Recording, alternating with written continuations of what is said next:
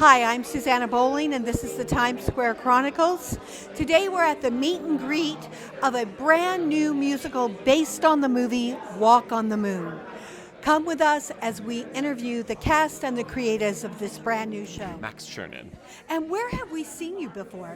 I have been in New York for a little bit. I performed most recently in the revival of Parade in 2023. Oh, yes. Yeah, I was understudying Leo. Okay. And then I took the tour out on the road and playing the role, which was Nice. fun. Jason Robert Brown. Yeah, Jason Robert Brown. And I was with my co-star Talia Suskauer. We did it together. Oh, wow. Yeah, we played Leo and Lucille together. Oh, Yeah. so now you're getting to do Now another we get to do it again. brand new show. It's amazing. Out Yeah. of all the 60s memorabilia and icons, what gets to you the most? Well, it's what my parents love the most, and for my mom, it was the Beatles. Okay. So I grew up on the Beatles, so I can sing almost any album. But let's see, the '60s was like Sgt. Pepper, is that right? Mm-hmm. And Yellow Submarine. Yes. So I watched like Yellow Submarine as a kid. I mean, it is just that like Trippy movie. trippy fantasy world. And then my dad, I think, was into a little bit more rock, like I'm trying to think exactly, maybe like a little Zeppelin, and he also loved Steely Dan, who I think maybe popped out a little bit more in the '70s. But that was More kind of like 70s. that was the music that was floating around my house. So yeah. I love that you went to music and not like Oh. Tang or pop rocks. Oh, and not things like that. Yeah, I guess like, you know, I'm a guy of a certain age. I grew up, and I still had a few things left over. You know, my grandparents still had some a dish of candy out, Oh, and wow. some of those like Yeah. traditions from that era. So I think I got like a little taste of that, I would say. Yeah. And yeah. tell us a little bit about the character you're playing. Sure. So Marty, he is part of the group of people that have these bungalows up in the Catskills, and he's married to Pearl. And we had kids very early. So we have a daughter and a son. Marty works very hard to support everyone, and he loves that he's able to give this vacation experience to his family. And he's navigating, you know, what it means to be a Human. husband, a human in 1969, which was such a radical shift for our country.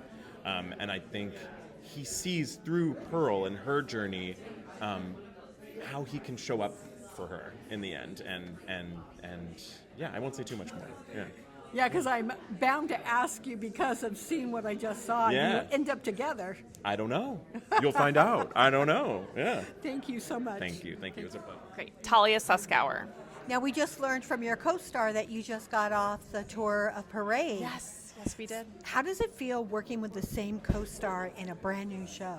Oh, it's a gift of a lifetime. I mean, you develop this closeness and rapport and safety when you're working with someone, especially when you're touring with them for many, many months. And so to be able to do a new musical with Max and to have him be, first of all, one of my closest friends in life already, but also to play my husband in this, it hopefully will offer audiences like a real relationship to watch, right? You know, we're not playing at anything except for the romantic part of it, but that's, you know, that is someone that is so close to me. So it really is a beautiful thing to get to be with him again. I think right now relationships and the dynamics between them are something that we're looking for and looking to see.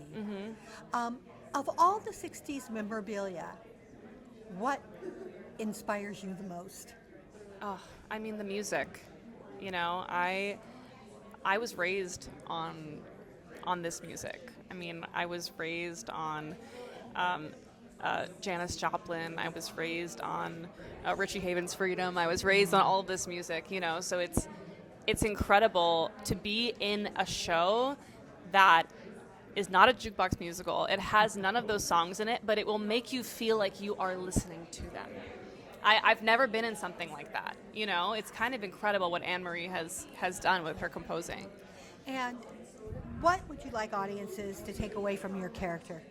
Oh, I think that people and women are complicated. Yes, And we are. we are incredibly complicated, and also that, you know, things are not black and white, and there's, you know, sometimes it's very easy for us to judge people, and we don't often see what they're going through, what they've gone through that have led them to make a certain decision. And so I think that I would hope people look at this woman as a beautiful, flawed, complex young woman who is discovering things about herself and her life through her actions. And I hope they meet her with a lot of grace. Thank you. Yeah. Thank you very much. Thank you. I'm Sam Gravitt, and I'm playing Walker Jerome in A Walk on the Moon off Broadway at the Laura Pels Theatre. Now, I know that you did, oh my gosh, I can't even think of his name, in Wicked. Fiyero. Fiyero, thank you. What else have we seen you in? Oh geez, I just did a new musical out of town with Beth Malone and Chris Rodriguez, written by Indigo Girls and Beth. That was called Starstruck. I was playing Yeah. Chris in that, in a sort of Cyrano love triangle with Beth and Krista, two amazing performers. I was doing Frozen this past winter with another group of fantastic performers, Mary-Kate Morrissey and Sammy Williams and Daniel Yearwood. And a bunch of other things. Is your mom proud of it? My mom is proud of it. If you don't know, my mom is I know currently your in mom Just really in well. Time. She's doing Just in Time right now, and I can't wait to share lunch on 2 show days. Of all the 60s memorabilia, what inspires you the most? I actually have a few photos of my grandfather that are really meaningful to me. My grandfather was a veteran who fought in Vietnam, and that part of our story, Vietnam figures in our story as well, and that part is really rich and fertile for me, and I think those photos and that relationship to my ancestry in that way is important. I love that answer. Tell us a little bit about your character and what you'd like audiences to know about it. Yeah, Walker is a man who has a deep sense that there is something greater out there. And for him, that's located in California. It's the idea of where the movement finds its sort of center, and wanting to be a part of that, and wanting to be on the right side of history, and wanting to fight for the right things. And he gets swept up in Pearl and wants to sweep her up in that dream, in that vision. Is he the rebellion of the 60s? A rebellion is an interesting way to frame it. I think that he is part of the culture that was demanding more of systems that were in place, and that he honors all the folks that were part of, who might have been thought of as revolutionaries back then, and that we look back now as the folks who were really on, I think, had a moral position that was opposite of a lot of the structures and systems in place. Oh, absolutely. You should have gone farther.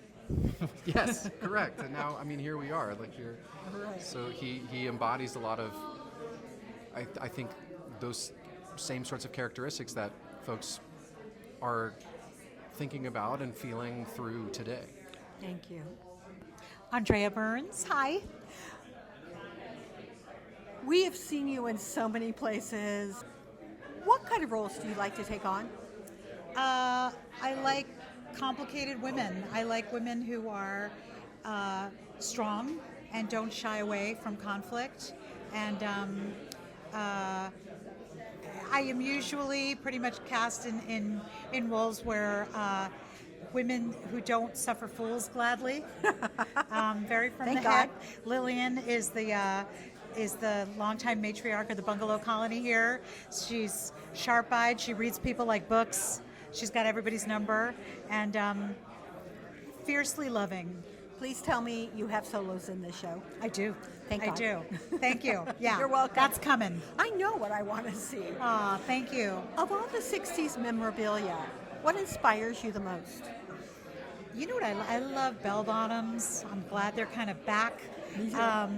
Yeah, I think it's just, it's kind of beautiful when you think about people painting flowers on their faces and braiding their hair and just like lifting their faces to the sun and connecting with nature. I love all that. I think that's beautiful. Hey, my favorite thing to wear is short, kind of belled dresses with thigh-high boots. Nice. Nice. I am not getting out of that style ever. Good. And what kind of roles, if you could work with songwriters and playwrights, who would you want to work with? I'm so lucky. I get to work with new people all the time. And, Anne Marie Milazzo, who wrote this show, I've been a longtime fan of her as a vocal arranger. And so this has just been an unbelievable treat. I didn't even have her on a bucket list because I didn't know she wrote music on her own. So she's fantastic, and I've been really lucky to work with Jason Robert Brown and Adam Gettle and a lot of wonderful, wonderful writers. Ingrid Michaelson. And before they were ever known. Yes, Lin-Manuel got Miranda, the- to you name got a few. them. You got them in like their baby stages. Yes, which I love because that's like, they're the most creative and just wanting to put their stamp on the world. And it's been really quite an honor to kind of be a midwife to them while they're birthing their voices into the world. I remember I got dragged to like every single reading of In the Heights. Did you? Were you dragged? Was it so hard to come, or did you start liking? No, I liked it a lot, but I was literally dragged because I had a friend, Doreen. Oh, of course. That was in it. So- of course, God bless Doreen. Doreen dragged me to every single baby version of it, so I saw it like in its infant stages. Oh yes, of course, she's with it from maybe the only person who's with it from the very, very beginning. Yeah, but you were there pretty early Yeah, I on. went in pretty early on too. Yeah. Well, we're interviewing you later, so Okay. great. Thank you. Thank you. I'm Pamela Gray. I am the book writer. I was also the screenwriter for the film version of A Walk on the Moon. I'm Anne-Marie Milazzo and did the music and the lyrics. Anne-Marie, where have we seen your work before? Because I know that I know that you write, but you normally do arrangements. I do vocal design. That's my gig. But I've also written musicals, and happy to be writing with Pam on this one. What other musicals have you done? We did Joy last year. Oh, yes. And I wrote one that's in progress with David Foster. That's called Lucky Us. And yeah, I'm just starting to write, which is fun. I'm going to stick with you. In the 60s, there was definite styles of music. Have we incorporated those into that? Oh, Yeah. good. Oh, yeah. Who were your inspirations? Oh, anybody in the I mean, the Beatles. I mean, any of the Stones, the Beatles. Like I did a deep dive, and Joni Mitchell? Joni Mitchell, so many. Jimi Hendrix. Like we have incorporated all of those, but also like we're steeped in the 50s too. We're stuck in the 50s, and then we have beautiful musical theater. So do you have doo-wop stuff in there? We have. I don't want to spoiler alert, but we do have stuff. Yes, we're Believe me, covered. that will make Magda very happy. It won't make me happy, but it will make her super happy. We aim to please. No, she loves doo-wop. I like give me the 60s. We have all of it. She's created it all. No, the reason I ask is that most people don't know in the Lost Boys, the first two bars of every song are two bars from a really famous 80s song. I haven't seen that show. I can't wait to see it. I'm going to wait till after the Tonys, but that's good to know. Yeah, most people don't get it, but I'm really into music, so I'm looking for that. And one of the things that I found in musicals that are from a different era, they don't incorporate the sound that was that sound. Oh, no. And I'm like, what the world? We did. We did it, and the band, we all orchestrated together with Andy Einhorn, Ben Butler, Richard Hammond, Richard Mercurio, and we had so much fun in the studio, and I'm excited. I'm excited to share it with everyone. I really am. Yeah, you have Andy Eichhorn. I love his stuff. He's one of my best friends and brilliant Well, guy. I love that, and I loved what I heard today. Thank you. Okay, so tell me about your book and about the screenplay. What kind of difference is it to go from screenplay to book? Well, it was a learning curve at first, trying to understand and be taught by people when characters sing instead of speak. And, it's not my instinct to think that way. But Anne-Marie was really great with that, and Cheryl, and understanding that deep emotion in a musical isn't shown with the camera on someone's face. No. They've got to be singing from their hearts. So, I think that through the years, even developing the musical, the characters have evolved. And I think it's more, it's more feminist. It's more overtly feminist than the movie was in terms of Pearl and the women being a little more aware of what's happening in the outer world. And it's still true to the times, but we've leaned into that a little bit more. And, the basic story of a woman feeling like she's missing something, and that it's not, I want to be with that other man. I want to be in the world that he is introducing me to and the world that he's part of. So And- it's more not of lust, but of mental, Yeah. which is how women think. Well, it's true. I mean, we hope the lust comes through, but that's Oh, it did. not. Oh, good. It's not what Pearl was looking for. You know, and it was important for me with the movie and in the musical to not have a bad guy and a good guy. She is not stepping out on Marty because he's a bad husband. And, you know, I like my characters to be in the gray Ooh, area. doesn't that make it more complicated? It should be. I want it to be more complicated for the characters and for the audience. It's like, gosh, he's such a nice guy, but gosh, he's going to take her to Woodstock, you know. And it's very reflective of what that summer was. Wait, I have a question. Why couldn't her husband take her to Woodstock? Her husband thinks that music is crap. Really? Her husband is not there. Oh, he's like Magda, who likes the 50s, and me that likes the 60s. Yeah, that's how he starts out. Got it. Yeah, and he's living in the late 50s, early 60s, as they all were when they got there that Right. summer. And it's kind of, you know, it's the what if. The blouse man at my bungalow colonies did not look like this blouse man, and he was not a hippie. You know, he was a nice Jewish guy from Brooklyn who put his blouses in the station wagon. So the conceit of the film was what would happen if? Because I saw that summer. I was there the summer of '69. Is it based on you?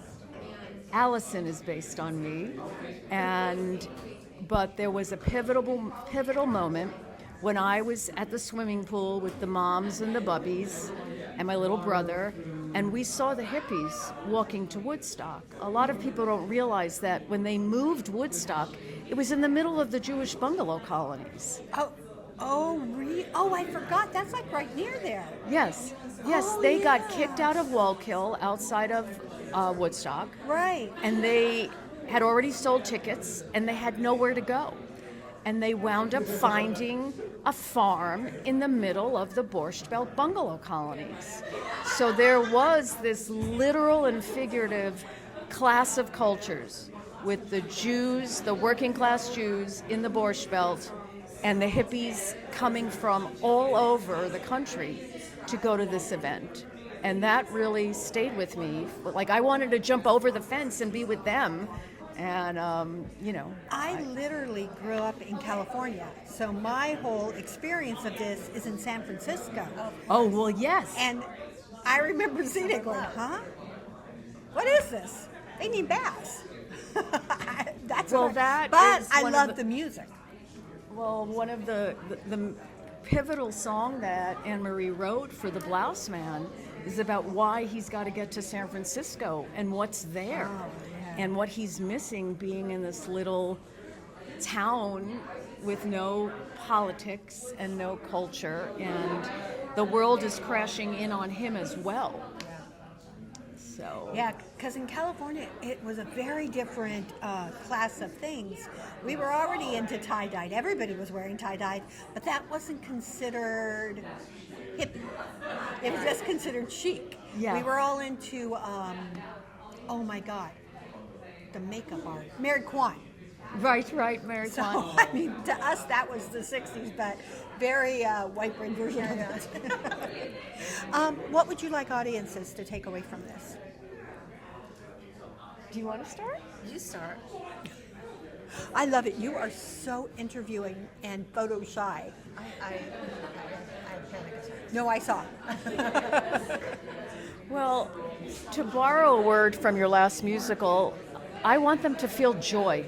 I want them to leave feeling exhilarated because they spent time with characters they loved, because they loved the music and they're hearing it in their heads or walking out singing, and that they have been immersed in a time period with a culture clash, and that they're being exposed to the working class Jewish culture they might not know about, and really the summer of the summer of '69, and how it affected everyone in terms of the hugeness of the men walking on the moon.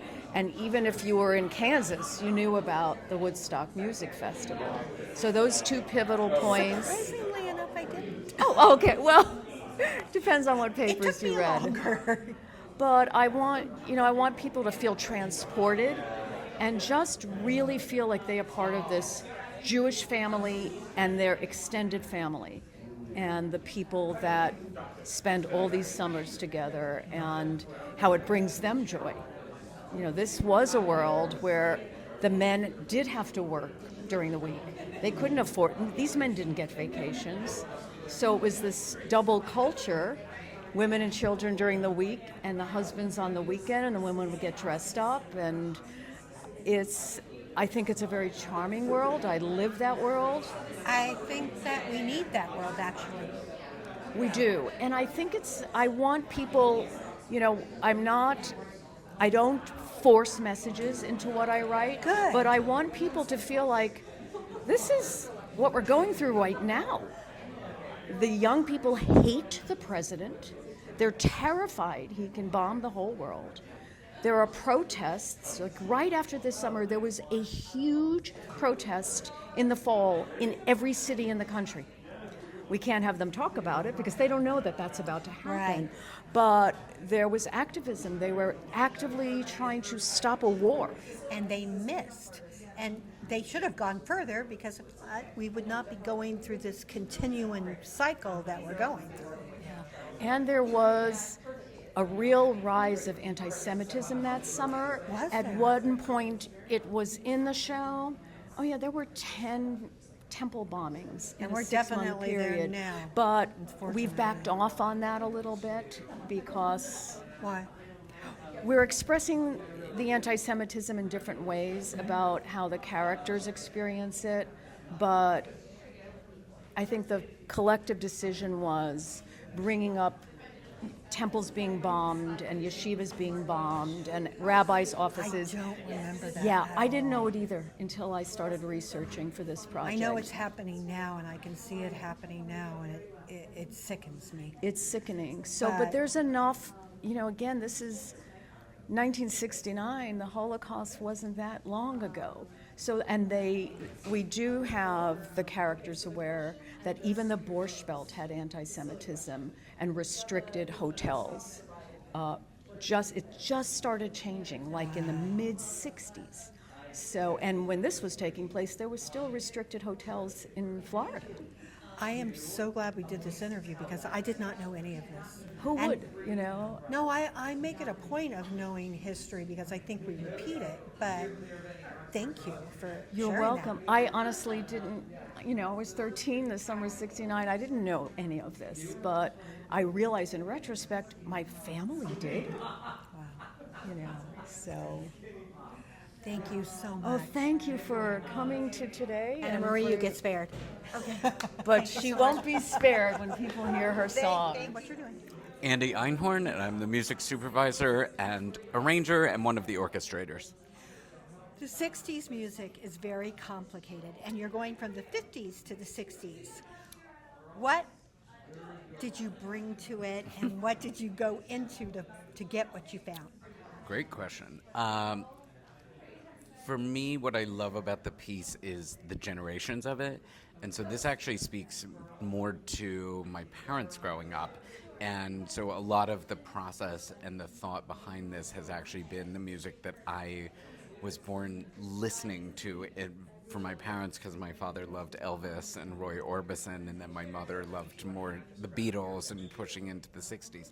And so I've just been really calling upon that in working with Anne Marie, the composer, in terms of just trying to evoke all the different elements of the period, because it's sort of like this myriad, this smorgasbord of musical influences all speaking to one another. Did you use references like Lila Schifrin? Oh yes, and we had, when we were in orchestration sessions, we'd always be like, oh, what if it was like this song of the Beatles, or or when some of the earlier stuff, the Four Tops, and just trying to call on images, because I like the referencing as a as a place of comfort for an audience to understand where something is coming from and then to build upon that in our Well, I own know I'll voice. get like what the sounds that I'm expecting to hear, Absolutely, because yeah. when you hear certain eras, you expect to hear like trumpets and Exactly, different, yeah. different And and also, this, like, I drums. think as a pianist, there's sort of tambourine.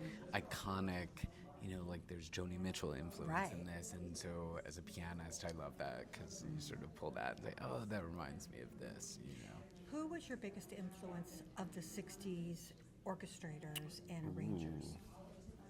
That's a great question. I mean, recently I did a major dive into Burt Bacharach, actually, for the Library of Congress. So are we And- going to be hearing horns?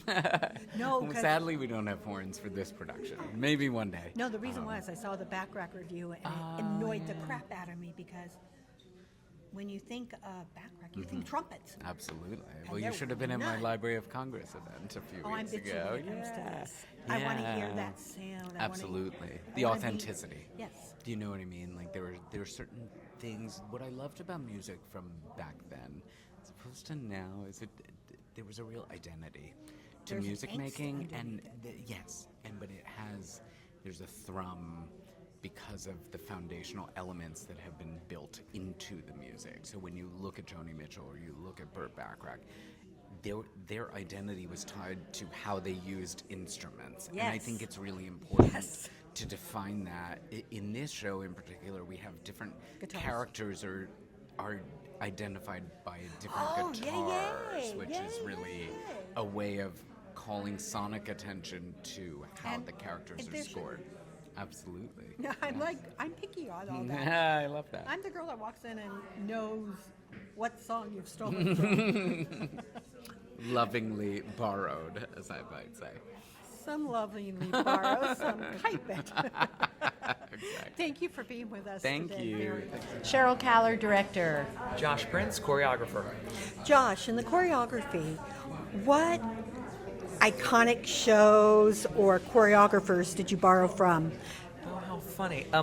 I didn't really have to borrow much from any particular choreographer, but what I did do is research the different dance styles of the eras, particularly the 50s and the early 60s and into the late 60s, and use that as information for the actors, so that even in subtext, the way that they communicate physically changes over the course of the play, depending on their journey in the play. Shows like American Bandstand and Soul Train, you didn't look at them? Exactly. No, exactly. Those kinds of research materials were vital to this kind of exploration. And like Lawrence Welk, too. Yes, Yeah. and also just my training and knowledge of partner dancing. From the foxtrot through the swing, and then expressing what it means to be free of those things. Did you borrow, since it is a musical theater show, Yeah. did you borrow anything from Jack Cole? No, I did not borrow from the late Jack Cole, but I may have borrowed from myself from Beautiful the Carole King musical. This material is really in the zeitgeist. This kind of movement vocabulary is something rooted in human behavior and rooted in even dances that were done in bar mitzvahs, weddings, things that are in the zeitgeist, that everyone can understand quickly and buy into quickly and tell a very specific story very quickly. And the rest is a musical staging that helps Cheryl, the writers, tell the story of these characters. Cheryl, what made you pick Walk on the Moon? Was it already created and you got brought in, or did you make it happen? No, I did not make it happen. Truth be told, there was another director on it, and our agent, we share an agent, and our agent got wind that the other director let it go. So I was in Nordstrom in Roosevelt Field on Long Island, and I called Ruth Hendel and asked to throw my hat in the arena. And on all my musicals, I work with Josh, so I asked to throw our hat into the arena, and we got the gig. Yay! Yeah. You're known for doing women-centric shows Yes, I that am. bring the women's movement, which still hasn't passed, forward. What would you like to accomplish with this one? Such a good question. I feel I have 2 daughters, and while I think that feminism in men, male presenting people, is just as important as in women, I feel a certain responsibility to not leaving the world a better place, or this country a better place for my children. And so for me, I'd like to accomplish just some awareness of how we've regressed as per women's rights. Most young people don't know that that we didn't even pass the Equal Rights Amendment, One ticket, one state is all that it takes, and yet we have shows like Suffs that don't bring it forward. I don't get it. Yeah, I think that, and while I think that Suffs was done so beautifully, and also Lee and company did I'm such a big fan of hers. I do think that Walk on the Moon is very, very special in that it's a very human story. It's a story about love. It's about family. It doesn't, it's not preachy. So the message is hidden within the story, as opposed to saying, this is what Susan B. Anthony did, this is what this person did, this is how we failed. And while I wish that Suffs could have made more of a difference, because it certainly deserved to, I never want to stop trying. As per women's rights, as per queer people's rights, as per differently abled people's rights, I feel that sadly we're living in a time where that is so easily ignored. And yet we're supposed to be so woke. I'm like, I don't get this. It really boggles my mind, because all of the politicians that are women that say they're so forward thinking, nobody brings this up. And I just find it so bizarre. Yeah, that's why I think the work that Josh has done on the show, and the music that Anne-Marie and Pam kind of updating her story from what did it mean to be feminist in the 1990s versus what does it mean to be feminist now, just feels just vital to me and vital to audiences. And this is a family that really loves each other, and I think we've done pretty good work showing that.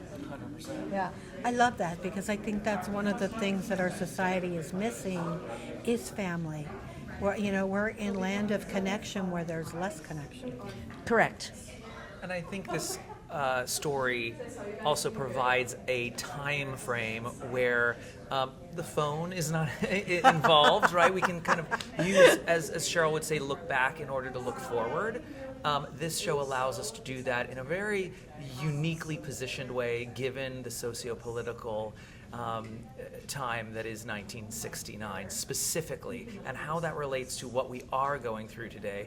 And I would say for men as well, to understand how to be advocates, to understand how to move the needle forward actively. And just as Cheryl said, through a human story about love and freedom. I love that. Thank you so much for being here.